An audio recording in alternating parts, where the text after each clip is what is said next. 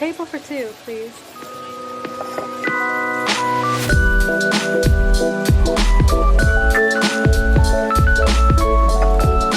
Hello, my name is Viveka. And I'm Amy. And welcome back to Table for Two.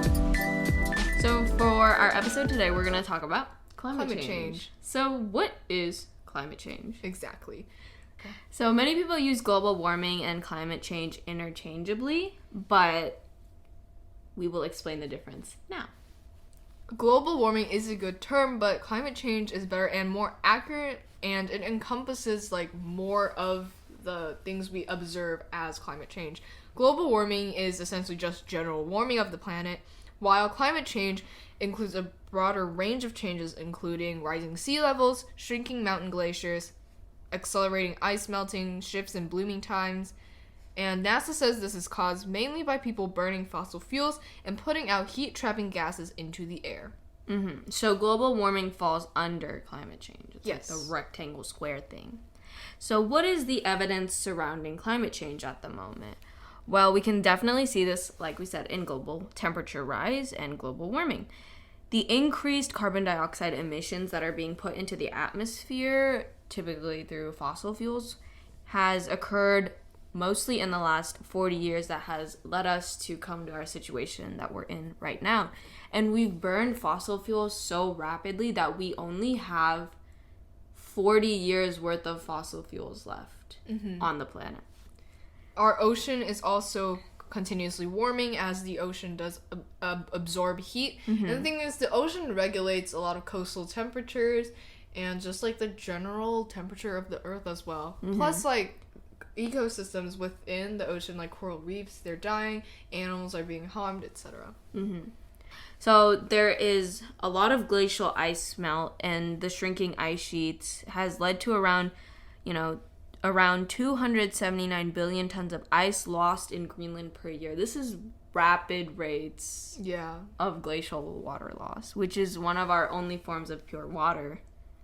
The sea levels are also rising, and they have rose 8 inches in the last 100 years, which, like, 8 inches doesn't seem like a lot, but it's a very unhealthy rate for the planet.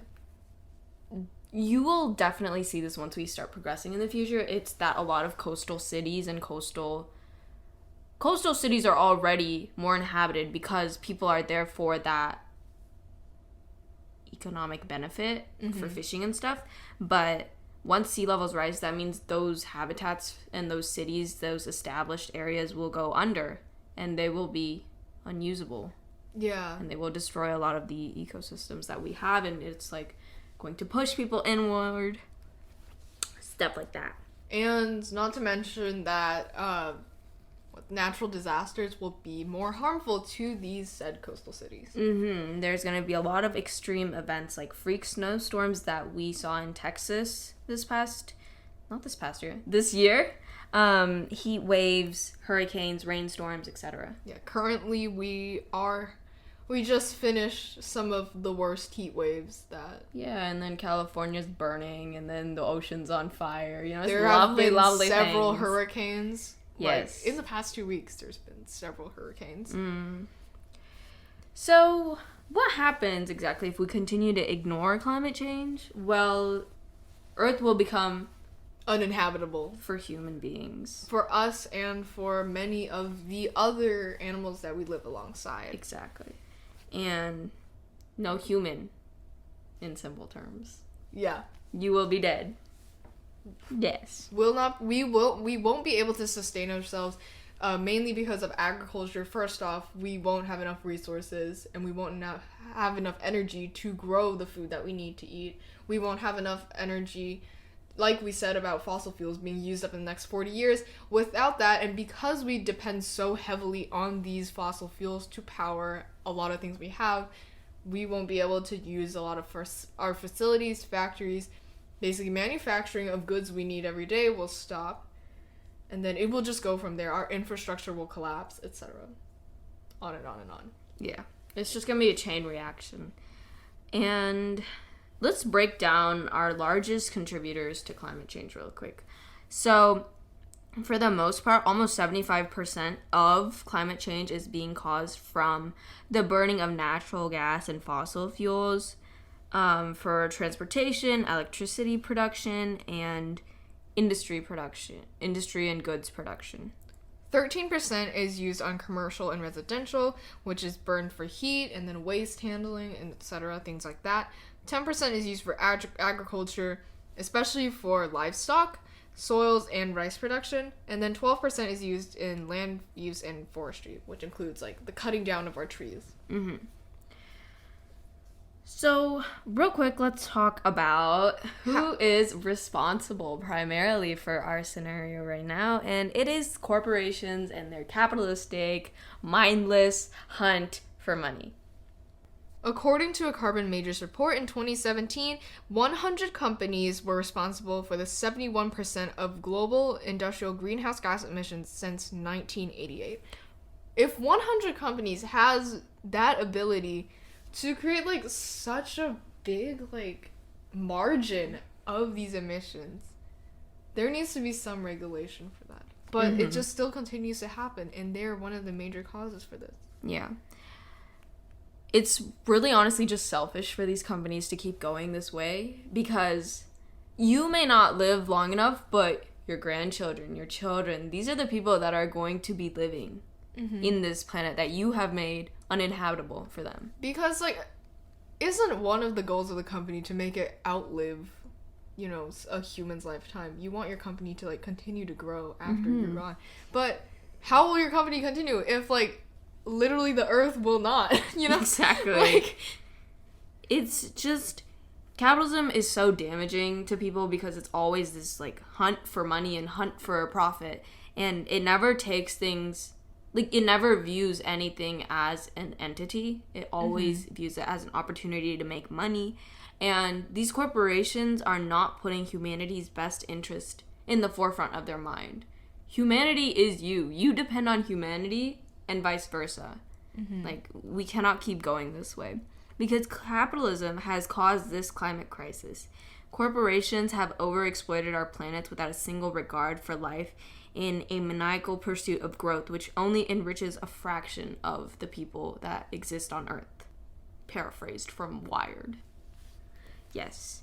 for example, the recycling industry went bust in 2018 around that time because now only 2 types of plastic is used, so everything else is trash. Despite there being so many different ways that people are using recycled plastic to create bricks, roads, etc.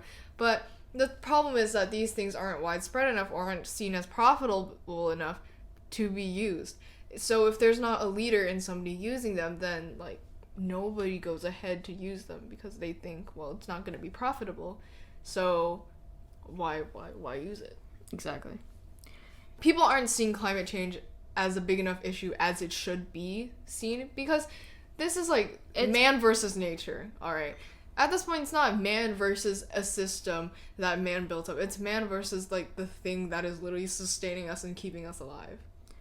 We have actively deteriorated the quality of life on Earth for these past 40 years. Like, we have made it so difficult for us. Like, there's issues in every single system on the Earth. There's like political issues. There's like food distribution issues because it's just, we're growing so big. We have almost 8 billion people on Earth right now, and we're reaching carrying capacity. We have our limiting factors. There are finite resources on Earth, and we have depleted that so rapidly and so aggressively that there's no choice but for us to have to address this issue because this issue is like really big and it's really alarming, and no one seems to understand that. It's one of the most immediate issues, and the thing about government and the climate change is that the Select House Committee on Climate Change can actually only advise and has no actual legislative power or enforcement power.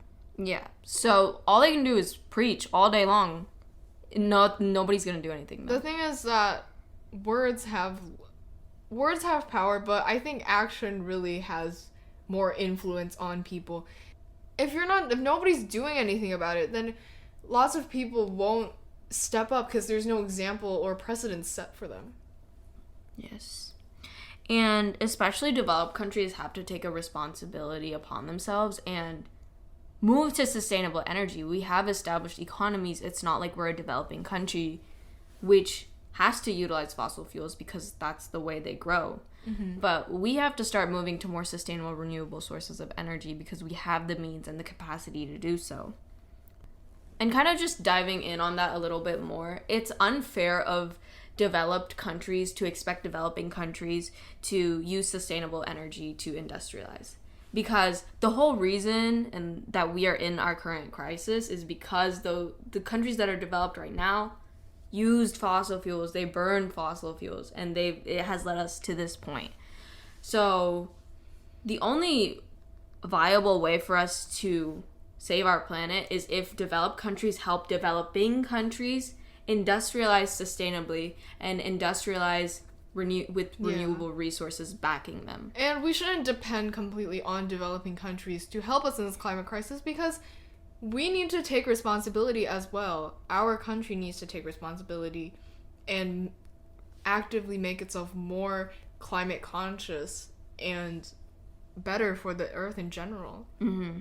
If we don't take action now, a post-climate change society will be devastating to us. This little bit is taken from the Times article, What the World Will Look Like in 2050 If We Don't Cut Carbon Emissions in Half. First of all, the air will be clogged with air pollution because of intensified surface ozone layers, which will make everything hot, heavy, and clogged. And there are only probably special masks that can filter out these things, and they will be very expensive as well. It will be difficult to afford. Like, just judging of, like, the whole mask showdown thing we had last year. There's no guarantee that anyone will do anything. Yeah, plus there will be issues of counterfeit masks. There will be people who can't even afford these masks at all, and they'll only be able to be produced just a little bit because, like, once more, if we're in a climate crisis, that means, you know, we've probably run out of these resources. So only, like, exclusive, like, top 10% or, like, top 1% people can get these resources. There will be no forests because they'll all be logged, or there's going to be wildfires that burn them all down, as we're seeing in California right now, and which will continue to release greenhouse gases because trees hold carbon dioxide in their composition. Thank you. And also, there are natural wildfires. However, like, the things that we're seeing in California, that's not natural. You know, like, I mean, some of them are. Some of them are. But most of them are human-made. The majority of them are human-made, and they're causing, like, so much devastation. Like, you know, wildfires are supposed to, like, fizzle out by themselves in a bit, but, like, they've been raging for so long as well. There will also be inhospitable countries and continents due to aridification, desertification, and there will just be no wildlife in them at all because nobody can live in those conditions without proper water, proper nutrition from plants and stuff because all those plants can't survive, leading to all those animals that can't survive, and it'll just be nothing can live there. There will also be intense hurricanes and tropical storms, which will destroy infrastructure.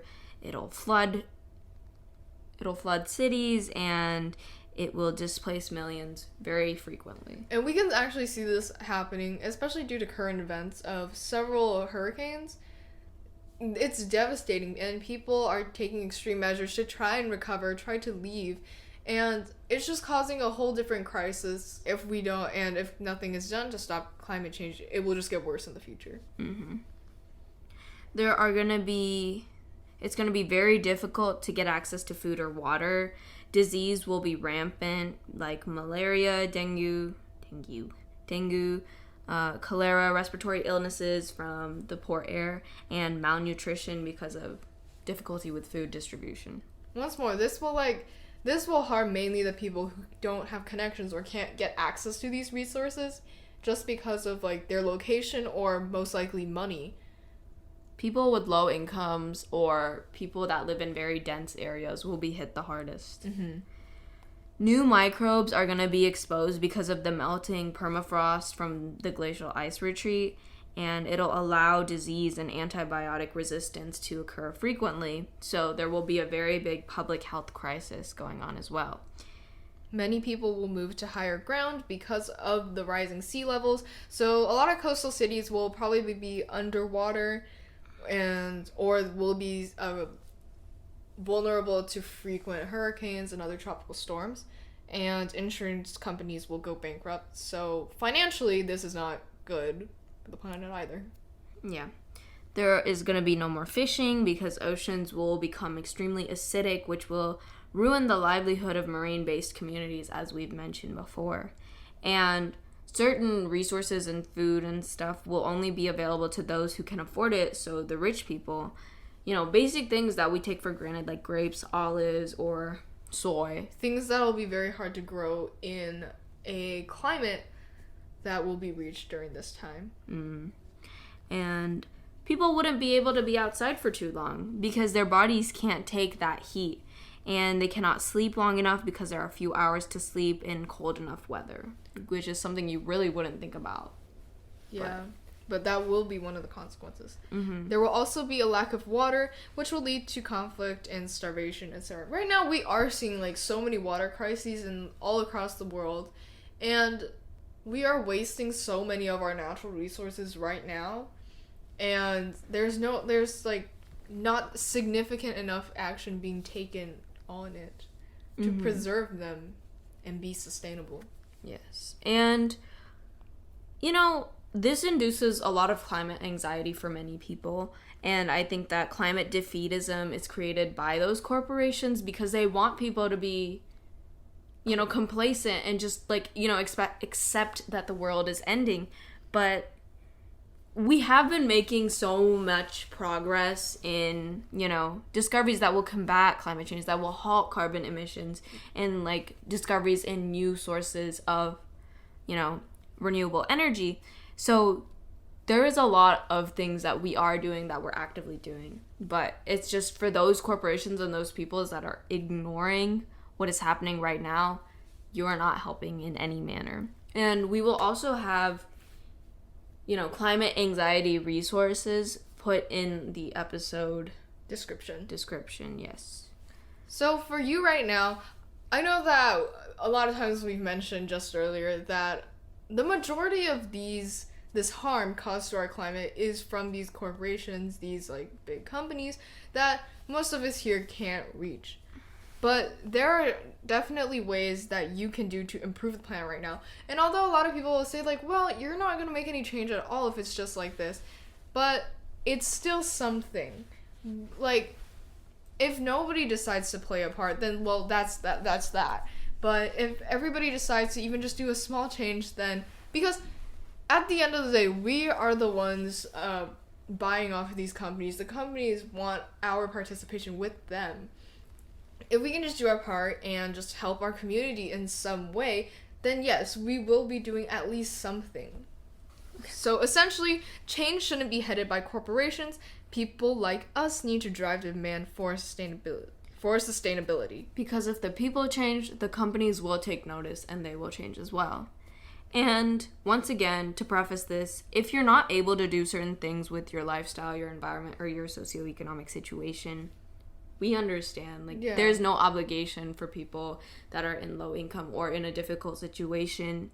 Because that's not your priority at the moment. People with expendable income, these are the people that should be worrying about things like this. Yes. So one thing to consider is to reduce consumption from clothing companies that use unsustainably sourced materials such as Shein, Forever 21, Romwe, stuff like that. Yeah. Those websites that are cheap, if you have the money, do not purchase clothes from there. I know that we live in a pretty high income city, and I know people that have millions of dollars at home just spending $3,000 on Shein clothes, and I'm like, even I don't shop from Shein. I'm not that rich. I don't shop from Shein. You need to find stuff from ethically sourced companies. H&M is doing better. It's the one store that I am Me too. purchasing at because they have actively made so many advancements towards a more sustainable brand. And there are like so many websites on the internet that tell you like how sustainable is this person, where their sustainability information is coming from. It's just that a matter of these companies being transparent where they source their materials and whatnot. Exactly. And obviously support small businesses. Mom and pops. Yes. Next, try using wasteless or long-term alternatives and products. For example, I know that there's toothpaste pills. Bar soaps are much better than the pre-packaged bottles. Yes. And cotton pads and tampons that are more biodegradable than, your regular plastic-filled ones. Tote bags that you can use when you go grocery shopping or just shopping in general. Reusable water bottles rather than buying a 40-pack of water at Costco.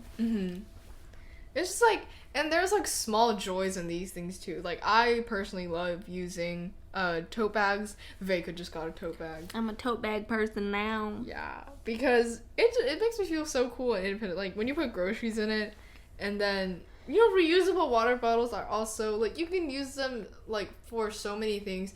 They can carry more than just water. You can put your coffee in it, your sweet tea or whatnot, and they have like the cutest designs. You can put stickers on them. It's a much better investment for using those than plastic water bottles if that's something you can do. And I found a really good quote from Worth Not Waste on Instagram, who says, "What is sustainable for your lifestyle is equally as important because it ensures the product will be used regularly." And I think that's a great point, because if you buy something trying to be sustainable but don't end up using it, then it's pretty much a waste and would have been better off if you didn't get it in the first place.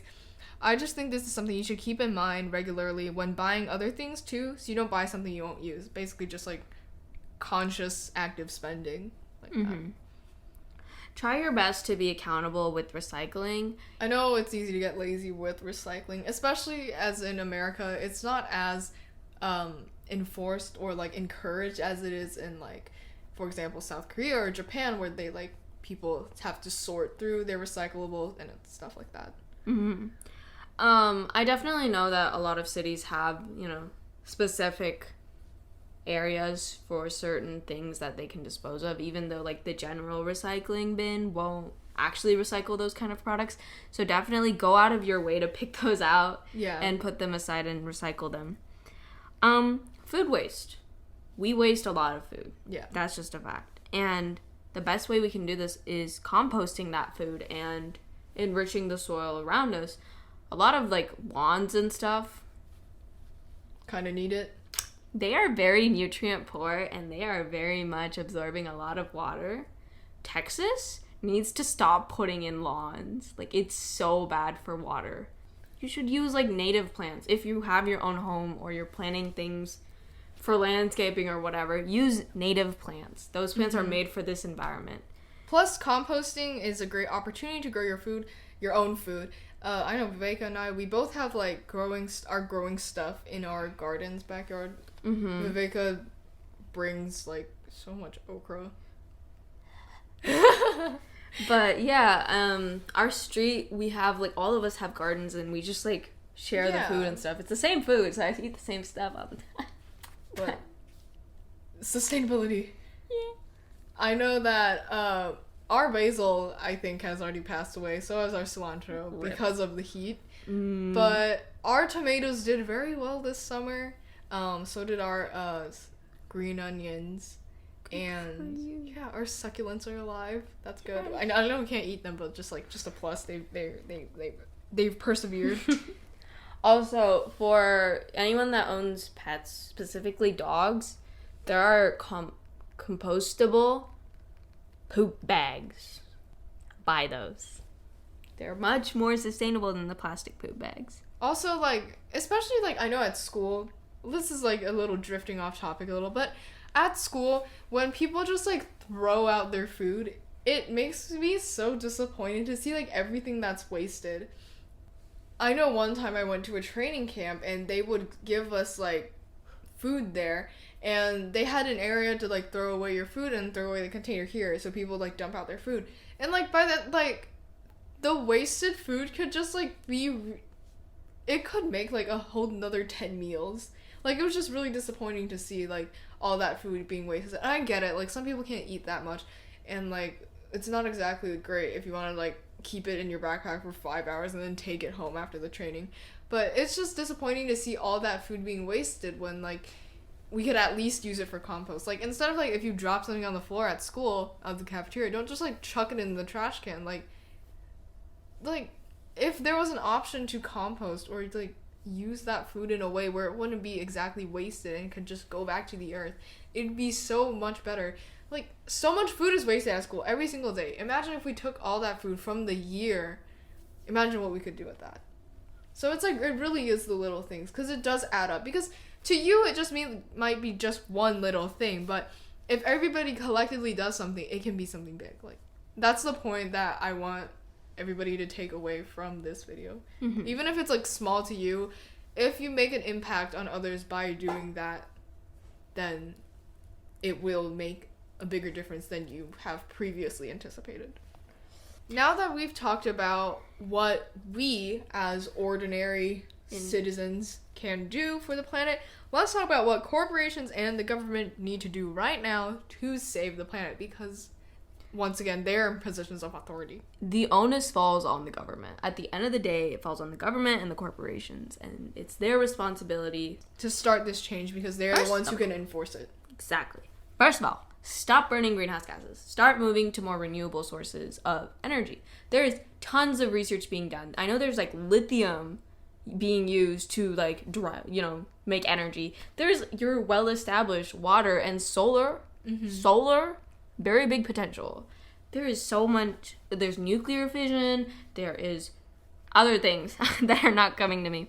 But you need to stop burning greenhouse gases, and you need to start moving to renewable sources of energy. Infrastructure-wise, public transportation and walkability should be improved, because public transport is so cool. Because we need to add more efficient bus systems and metro systems, because a lot of times right now, especially in America, you need to literally drive and then go to a metro. Metro should be at least walkable. We should be able to get to them efficiently without having to, like, use another form of transportation to get there. And bus stations as well. Imagine, like, all the private vehicles, their emissions. Like, once we said, like, transportation causes, like, the majority of greenhouse gas emissions. Imagine, we could cut that down by a large margin if we just move to having more public transportation systems. The Peter Calthorpe's 7 Principles of Building Better Cities TED Talk is really interesting to listen to, and I agree with a lot of the points that they make.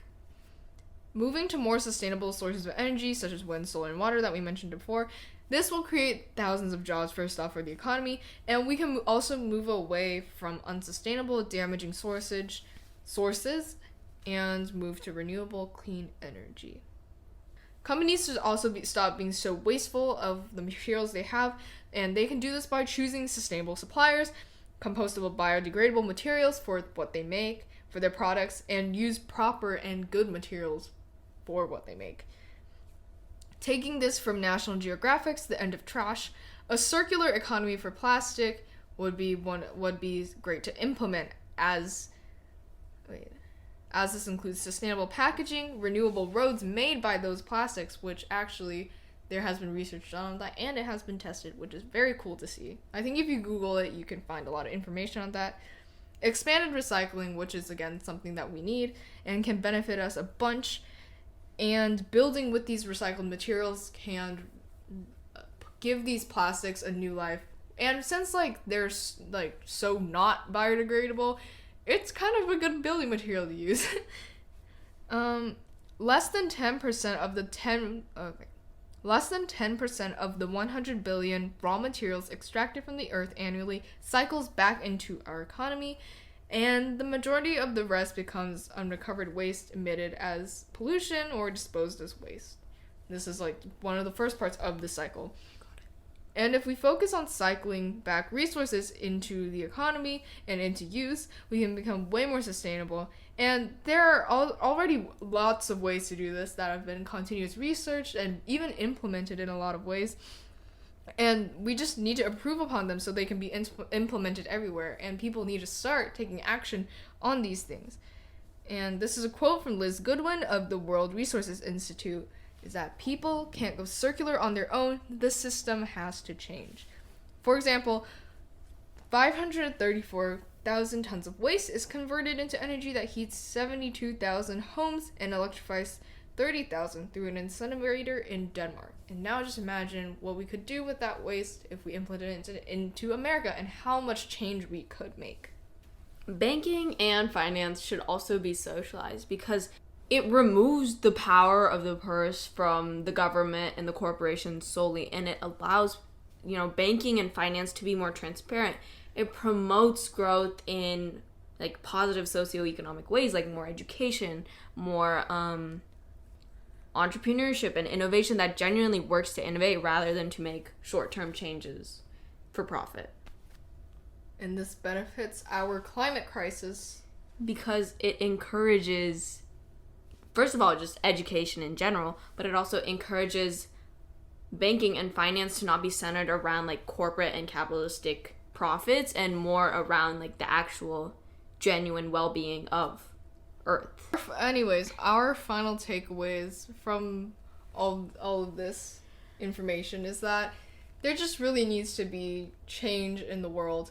And until the companies and the governments find the action within themselves to actually start changing, it really is sort of up to us in a way to kickstart it so that when that change comes, we'll be ready for it and we'll know how to do it. Yeah. And once again, even though individuals need to be doing everything they can, as much as they can, and as much as their situation permits them, the corporations and the government needs to be on the forefront of this. Mm-hmm. Because even though most of you guys are probably old, rickety people, the people of the world are generally young. They're going to outlive you, and they have to live in a society that you have created. So you need to do your part, and you need to make sure that things are sustainable enough so that your children, your grandchildren, or just the people that are going to come after you will have a good place to live, a sustainable life. We deserve the same thing that you got. Yeah. Instead of looking at short term, we need to look at long term for our planet. Mm-hmm. And we need to stop looking at everything as an opportunity for profit and as an opportunity to keep drilling into Earth and depleting our resources. We need to start viewing it as an opportunity to improve the well-being of what we already have. Mm-hmm. Solid. Our sources will be listed down in the episode descriptions, as well as other resources that we've found for climate anxiety and etc. This will all be in our description. We will have another episode coming out the following Sunday, and please follow and share our podcast. We are on Spotify and YouTube, and we'll be on other podcast platforms in a matter of 1 to 3 days after they've been released on Sunday. Thank you so much. My name is Viveka. And I'm Amy. And we're signing off. Check this.